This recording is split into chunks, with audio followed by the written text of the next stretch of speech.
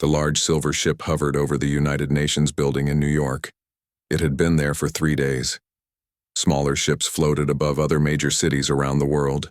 No one knew what they wanted. Military jets that flew too close disappeared in flashes of blue light. The world leaders argued about what to do next. Major Richard Winters stood at attention in the makeshift command center. General Clark paced back and forth, his face red with frustration. "They're asking for a representative," the general said. "One person to speak for all of Earth. The president wants it to be you, Winters." Richard Winters was 42 years old, with steel gray eyes and short brown hair going gray at the temples. He had served in 3 wars and was known for staying calm under pressure. "Why me, sir?" Winters asked. "Because you speak 5 languages, have a degree in diplomacy, and can handle yourself if things go bad." The general handed him a folder. "Be ready in 2 hours. They're sending down a ship." Winters read the folder quickly. The aliens called themselves the Galactic Council. They claimed to represent 7 advanced species that governed this part of the galaxy. They wanted to welcome humanity into their alliance. 2 hours later, Winters stood on the landing pad wearing his dress uniform. With him were Lieutenant Susan Miller and Dr. Alan Grant. Miller was 35, with short blonde hair and sharp blue eyes. She was the best linguist in the military.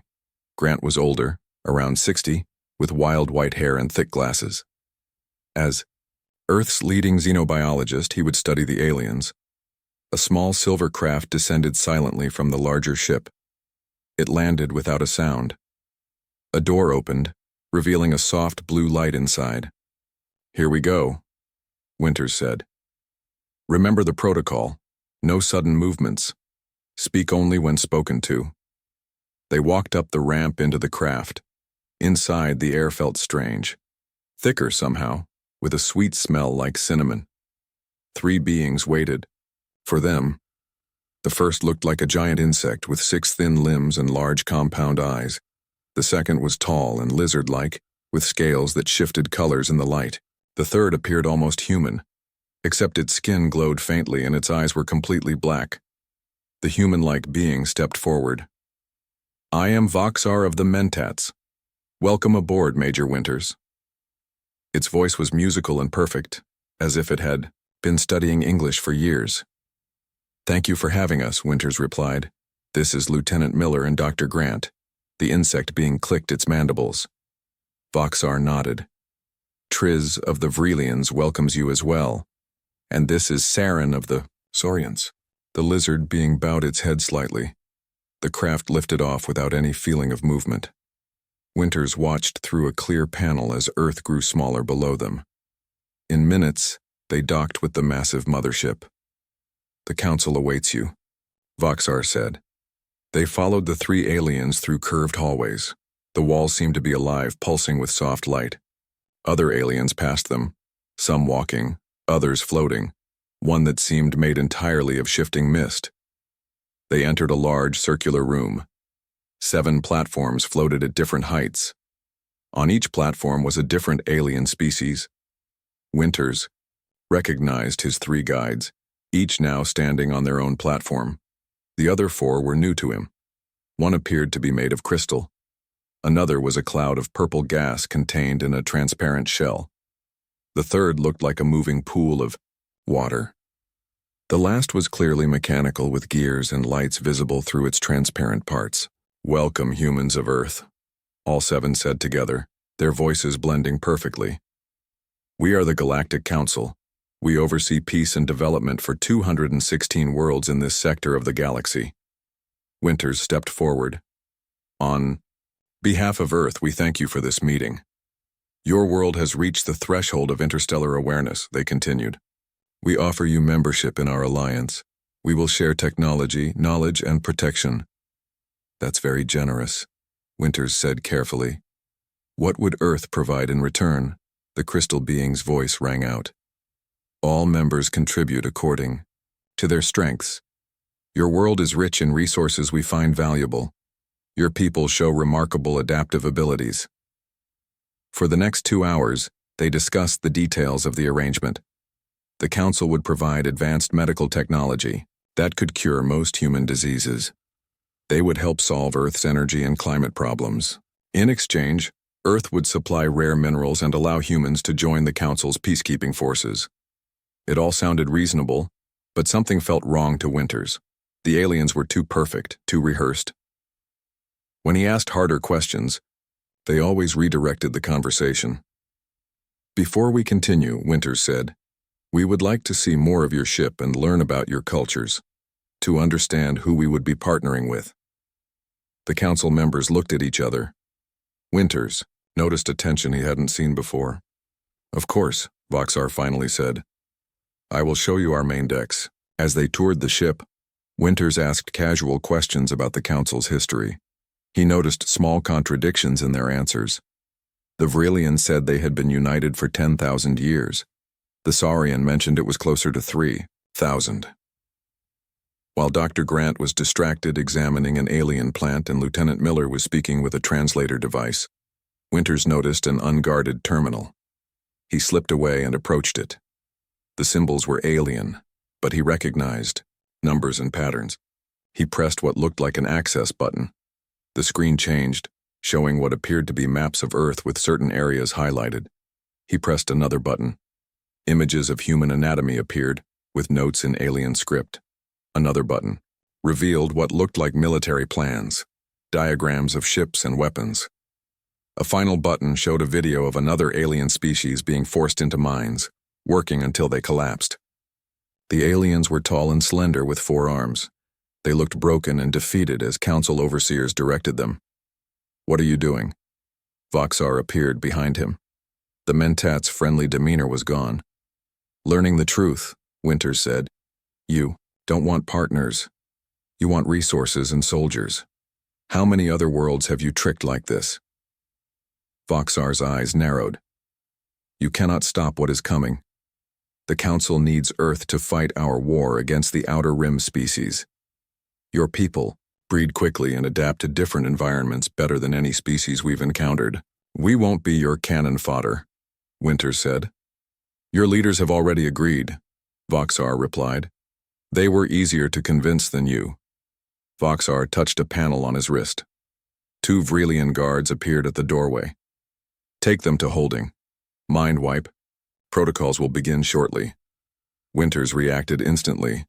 He grabbed a metal object from a nearby table and swung it at Voxar. The Mentat fell back, shocked at the sudden violence. Winters hit the alarm panel on the wall, creating confusion. "Miller, Grant, run!" he shouted. Lieutenant Miller reacted first, pulling her concealed sidearm.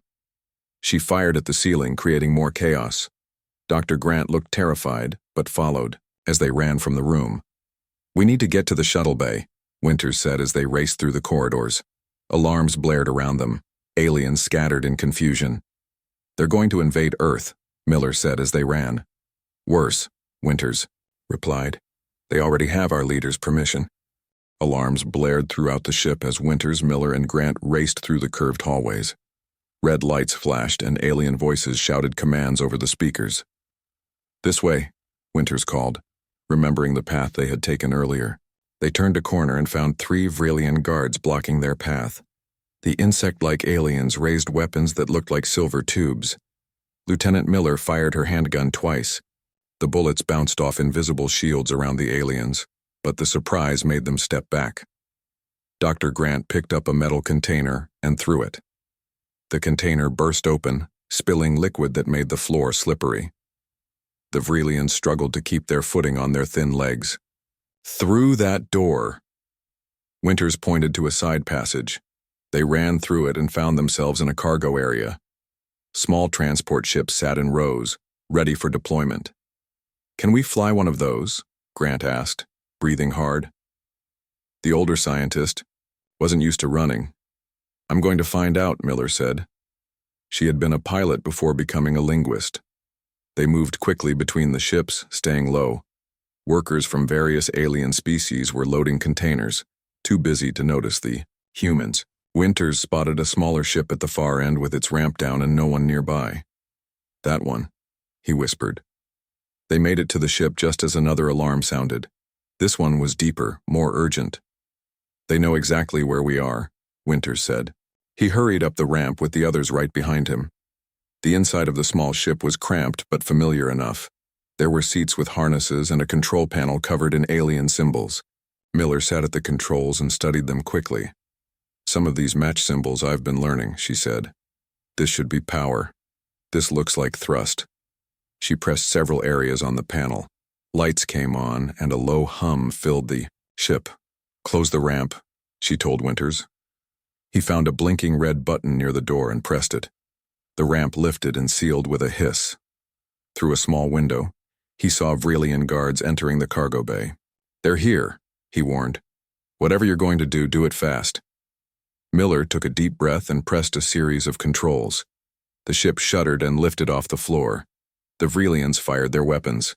Energy blasts hit the ship's hull, making it vibrate. "Hang on," Miller called. She pushed forward on what looked like a throttle control. The ship shot forward, crashing through the cargo bay doors and out into space. "We need to get to Earth," Winters said, strapping himself into a seat. "We have to warn people about what's really happening." "I think that's the navigation system." Grant pointed to a holographic display showing stars and planets.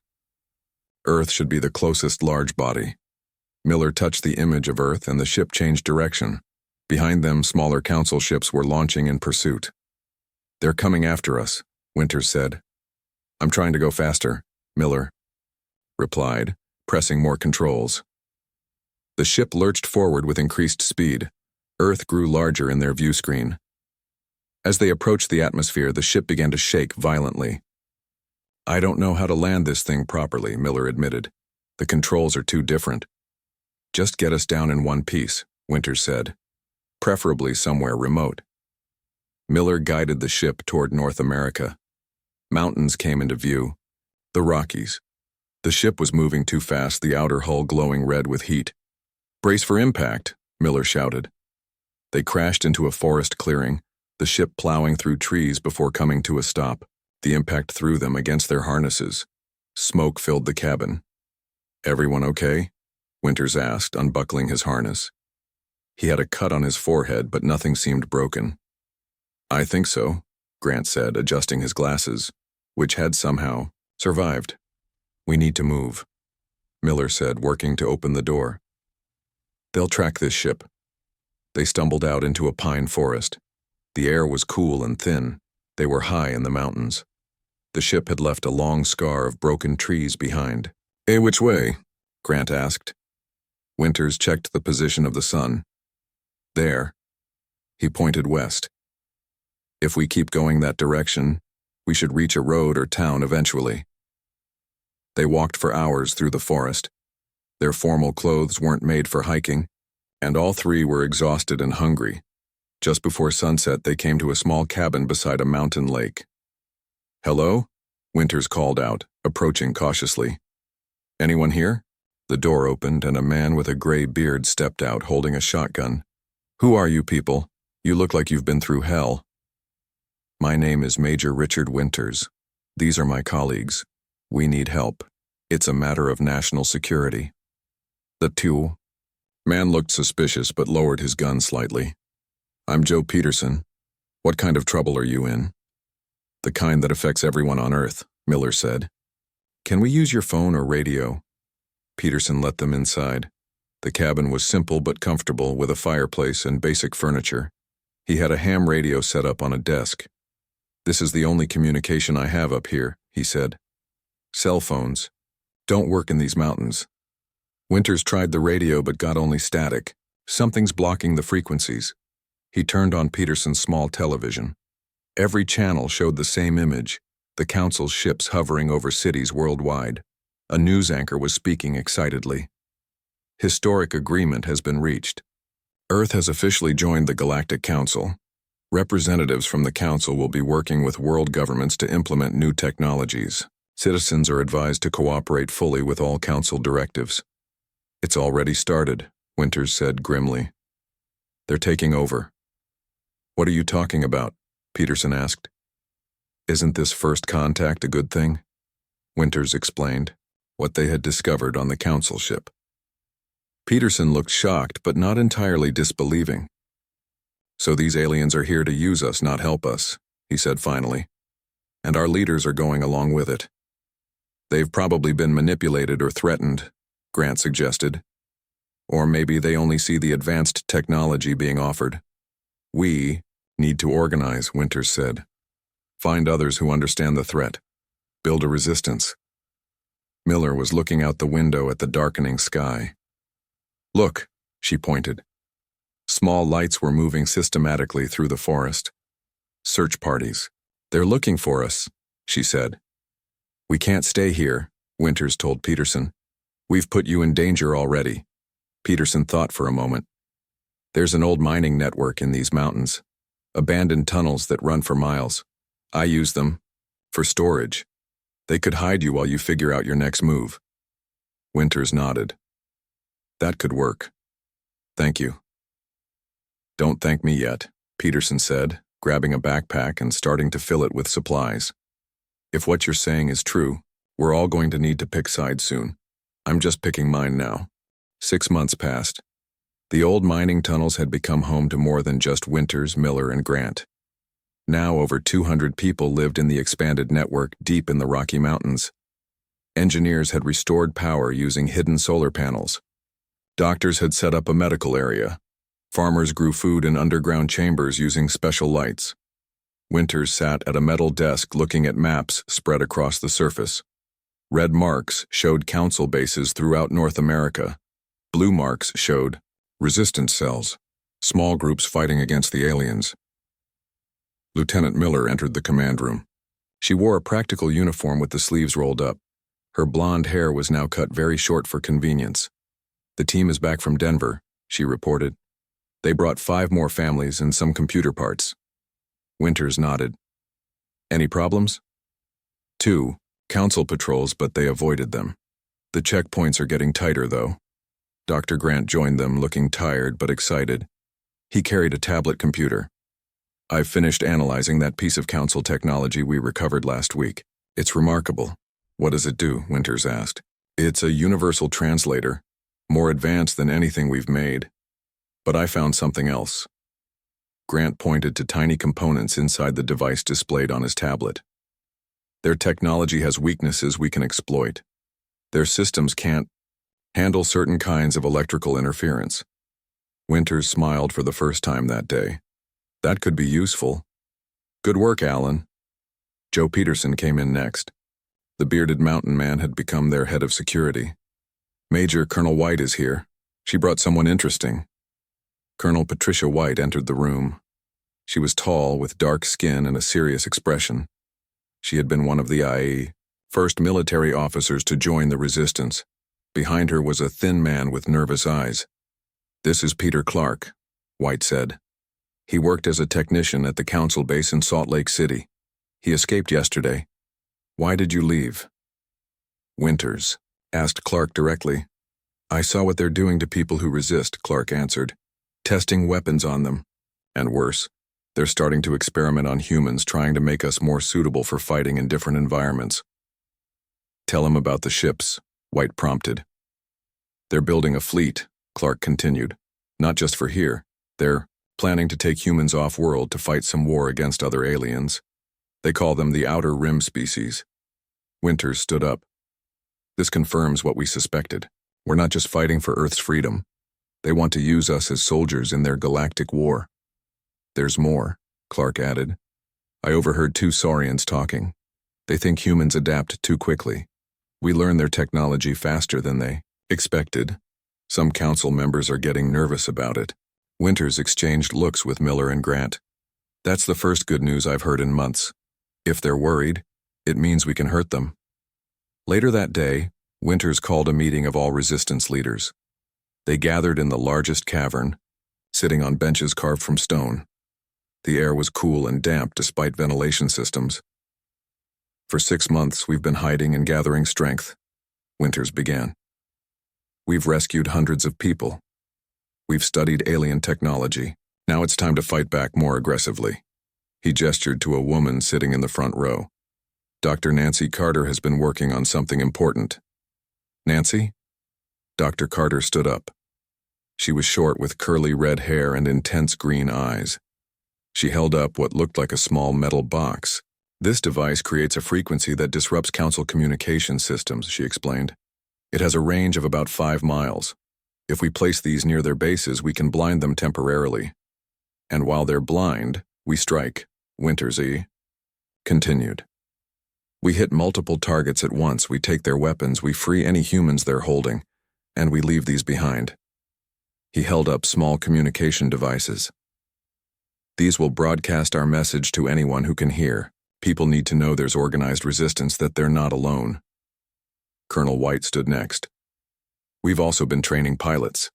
The Council ships we've captured can be flown by humans with the right training. Karen Phillips will lead that program.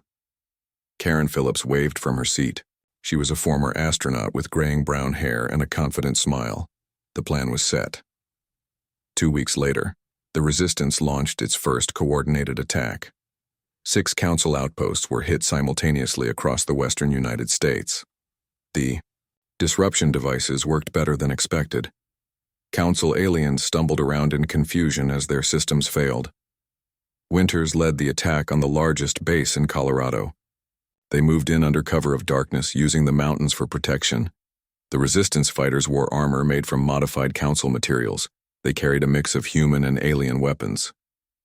Remember, our priority is freeing prisoners and taking technology, Winters told his team. Avoid killing if possible. Many of these aliens are just following orders like soldiers anywhere. The attack began precisely at midnight. The disruption device activated, and the Council base's lights flickered and died. Alarms tried to sound but produced only garbled noise. Winters led his team through a side entrance. 2 Vrelian guards attempted to stop them, but were quickly stunned with modified weapons. Inside, they found what they were looking for, a detention area holding 30 humans who had resisted Council authority. We're with the Resistance, Winters told the prisoners as he opened their cells. If you want to join us, you can. If you want to go home, we'll help you get somewhere safe. Most chose to join them. One man, a former police officer named Dan Lewis, had valuable information about Council patrol patterns. A woman named Mary Evans had been a chemist before her arrest and was eager to help study alien biology. While freeing the prisoners, Miller discovered something unexpected: a room filled with Council communication equipment. "Richard, you need to see this," she called. Winters joined her and found screens showing data from across the solar system. One screen showed a massive Council ship near Jupiter. Another showed smaller ships mining asteroids. "They're stripping resources from the whole system, not just Earth," Miller said. "Can we download any of this?" Winters asked. "Already working on it," Miller replied, connecting a device to the alien console. As they completed their mission, the Council forces began to recover from the disruption. They needed to move quickly. "Fall back to extraction point," Winters ordered. Over the radio, "We have what we came for." The Resistance fighters retreated into the mountains, taking the freed prisoners and stolen technology with them. Council ships appeared overhead, searching with bright lights, but the humans knew the terrain better. They used caves and forests for cover. By dawn, they had returned to their base with no casualties. The other 5 teams reported similar success. For the first time since the Council arrived, humanity had struck a meaningful blow against their occupiers. In his command room, Winters reviewed the data Miller had stolen. It confirmed his worst fears but also gave him hope. The Council was powerful but not invincible. They had weaknesses, and now the Resistance had proof that humans could fight back. Phase 1 was successful, he told his officers. Now we prepare for Phase 2. The Council thinks they're hunting us. It's time they realize they're the ones being hunted. The Resistance grew stronger over the next 3 months. Their successful attacks inspired people across the world. Small groups fought back against Council forces everywhere. Council bases were sabotaged. Supply lines were disrupted. Humans, who worked for the aliens, began to question their choices. In the mountain base, Winters studied a holographic map showing Earth from orbit. The map came from a Council navigation system they had captured. Small dots of light showed Council ships and bases. "They're pulling forces from Europe and Asia," he noted, "concentrating here in North America." Colonel White nodded. "They know that's where our main resistance is strongest." They want to crush us first. Lieutenant Miller entered the command room, excitement clear on her face. The prototype works, she announced. Karen flew it this morning. Winters smiled. Show me. They walked through the tunnels to a large underground hangar. The space had been expanded using council mining equipment. Inside sat a strange-looking aircraft. It had the sleek body of a council shuttle but with human modifications. The cockpit was redesigned for human pilots. Weapons had been added to the wings. Karen Phillips climbed out of the craft, removing her helmet. Her face was flushed with excitement. She flies beautifully, Karen reported. Fast and responsive. The cloaking system works perfectly. Council sensors can't detect us. How many can we build? Winters asked.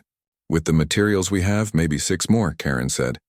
But we'd need to raid more council bases for certain components. Then that's what we'll do, Winters decided. It's time to take this fight beyond Earth. Later that day, Winters outlined his plan to the Resistance leadership. They sat around a table in the command center, faces serious as they listened. The Council controls Earth from orbit, Winters explained. Their main command ship never lands. As long as they control space, we can only fight defensive battles. We need to take the fight to them. Dr. Grant looked worried. You want to attack their command ship with what fleet? We've captured 12 Council shuttles, Winters replied. Karen and her team have modified 7 of them for human use. They're ready for action. Even if we could reach the command ship, Colonel White said, how would we get inside? Their security will be incredible. Winters nodded to Dr. Carter, who stood up. We've been studying Council security systems, she said. They rely on advanced technology, but they've grown overconfident. They don't expect physical attacks on their orbital facilities. Their internal security is actually quite vulnerable, once you get past the outer defenses. We'll use their transit system against them, Winters continued. The Council ships use specific corridors when approaching their command vessel. If we mimic their approach exactly, their automated systems should let us dock.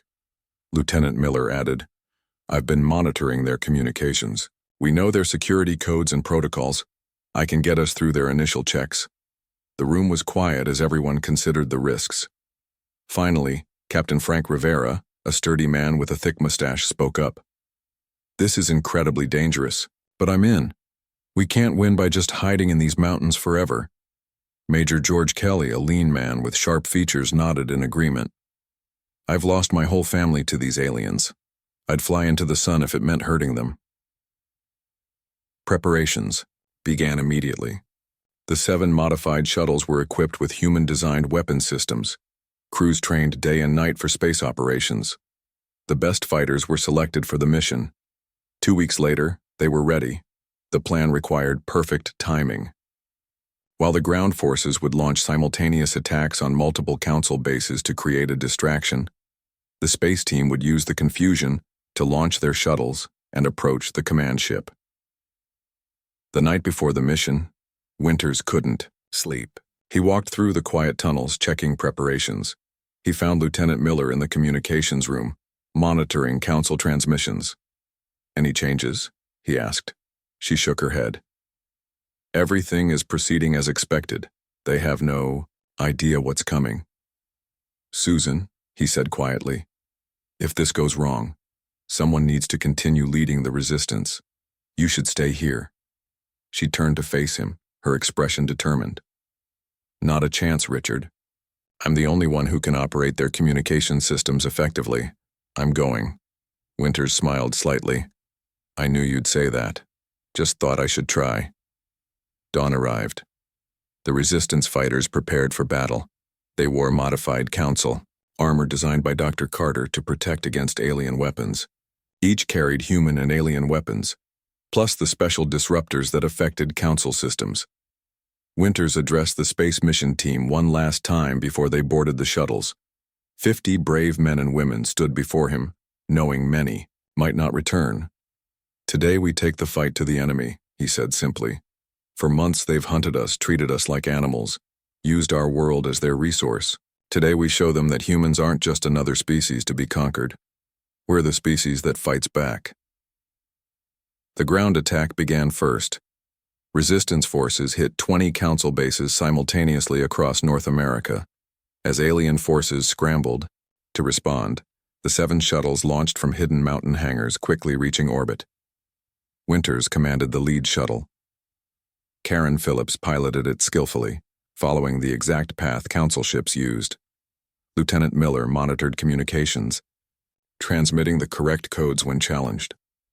"Formation tight," Karen reported as they approached the massive Council command ship. It was shaped like a giant ring, rotating slowly. Smaller ships moved around it like bees around a hive.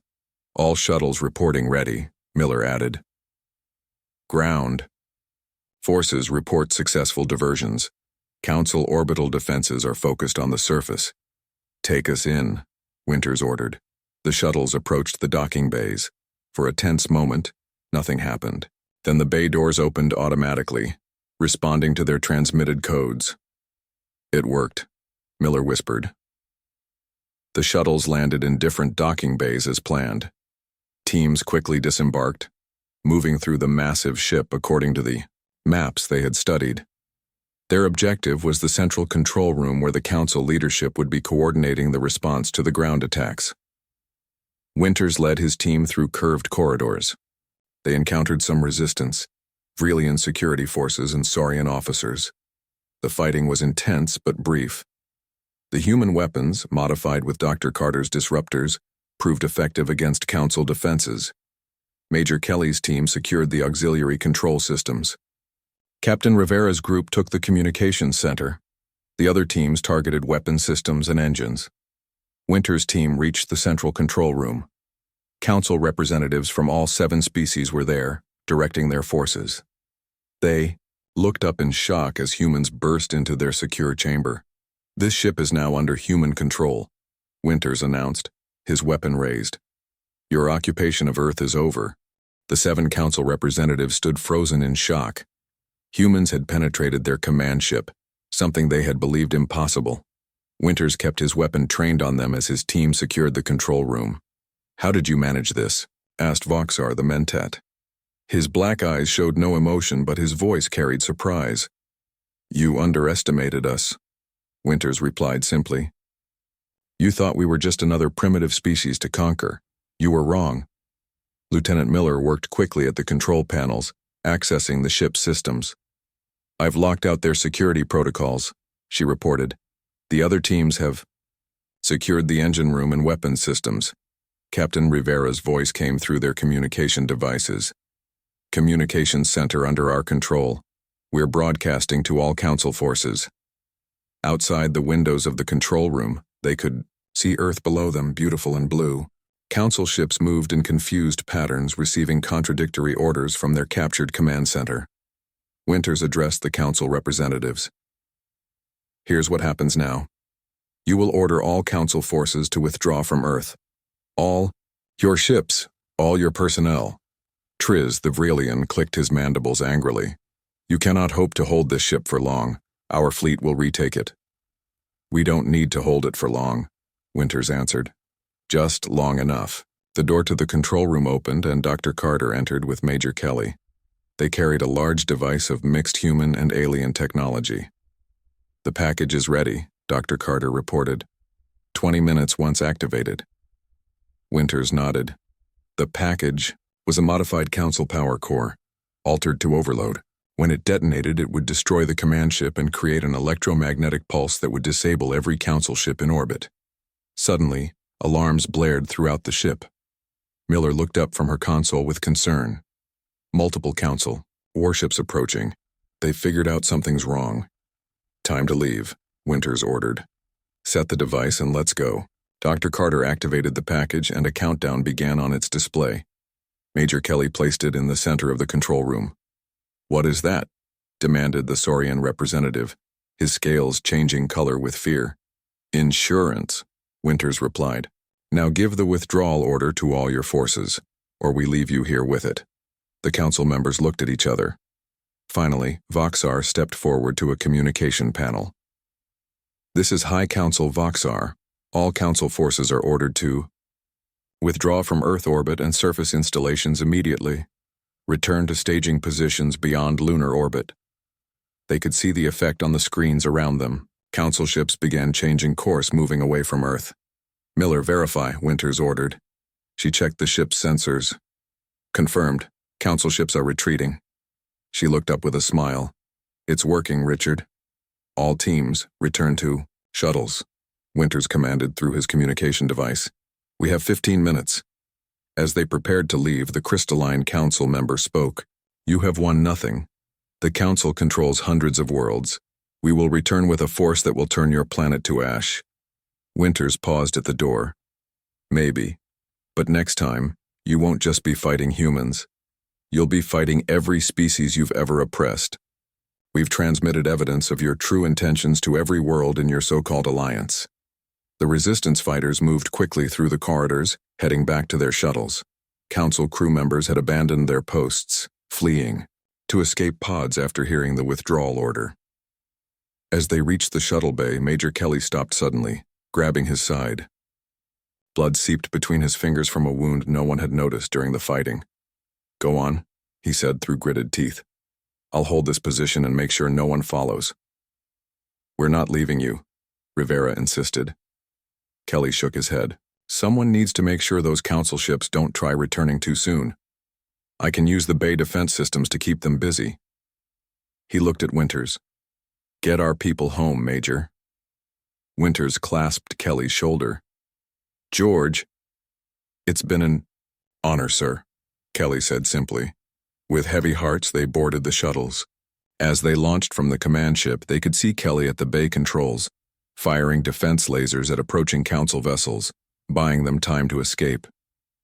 The 7 shuttles raced away from the command ship, accelerating toward Earth. Behind them, council ships were in disarray, some still trying to approach the command vessel despite Kelly's defense fire. 10 seconds to detonation, Miller counted down. When it came, the explosion was massive. The command ship broke apart, and a wave of energy pulsed outward. The council ships went dark, drifting powerless in space. All council ships disabled, Miller reported. Their system should be down for hours. Karen Phillips navigated their shuttle expertly through the debris, leading the way back to Earth. As they re-entered the atmosphere, they received reports from ground teams. Council forces all over the world were in retreat, abandoning their bases and fleeing to whatever ships could still function. 2 days later, Winters stood on a hill overlooking the valley where their mountain base was hidden. The sky was clear, of council ships for the first time in nearly a year. Lieutenant Miller joined him carrying a tablet with reports from around the world. The council forces have withdrawn completely from 53 countries, she said. The others are in progress. We did it, Richard, we actually did it. For now, he replied. But the crystalline one was right. The council will return eventually. We'll be ready, Miller said confidently. The world is united now in a way it never was before, and we've already had contact from 3 other species. Winters looked surprised. What species? Remember that video you saw on the council ship? The 4-armed aliens being forced to work in mines? They're called the Durians. They've been fighting the council for decades, and there are others. The Taurans and the Zorians. They want to form an alliance. Winters looked back up at the sky, thinking of Kelly's sacrifice and all the others who had died in the fight for freedom. Then we'll give them an alliance, he said. But not like the council's false one. A true partnership. Every species equal. No masters, no slaves. In the valley below, humans worked alongside the few council aliens who had chosen to defect rather than retreat. Engineers studied captured technology. Scientists examined alien biology. Pilots practiced in the modified shuttles. We have a lot of work to do, Winters said. The council gave us one gift. They showed us we're not alone in the universe. Now, we need to build something better than what they created. We will, Miller said, looking at the stars that were beginning to appear as evening fell. We've taken the first step. Humanity has joined the galaxy, but on our terms, not theirs. Winters smiled. For the first time in a very long time, he felt hope for the future. The fight wasn't over, it was just beginning, but now they would take it to the stars.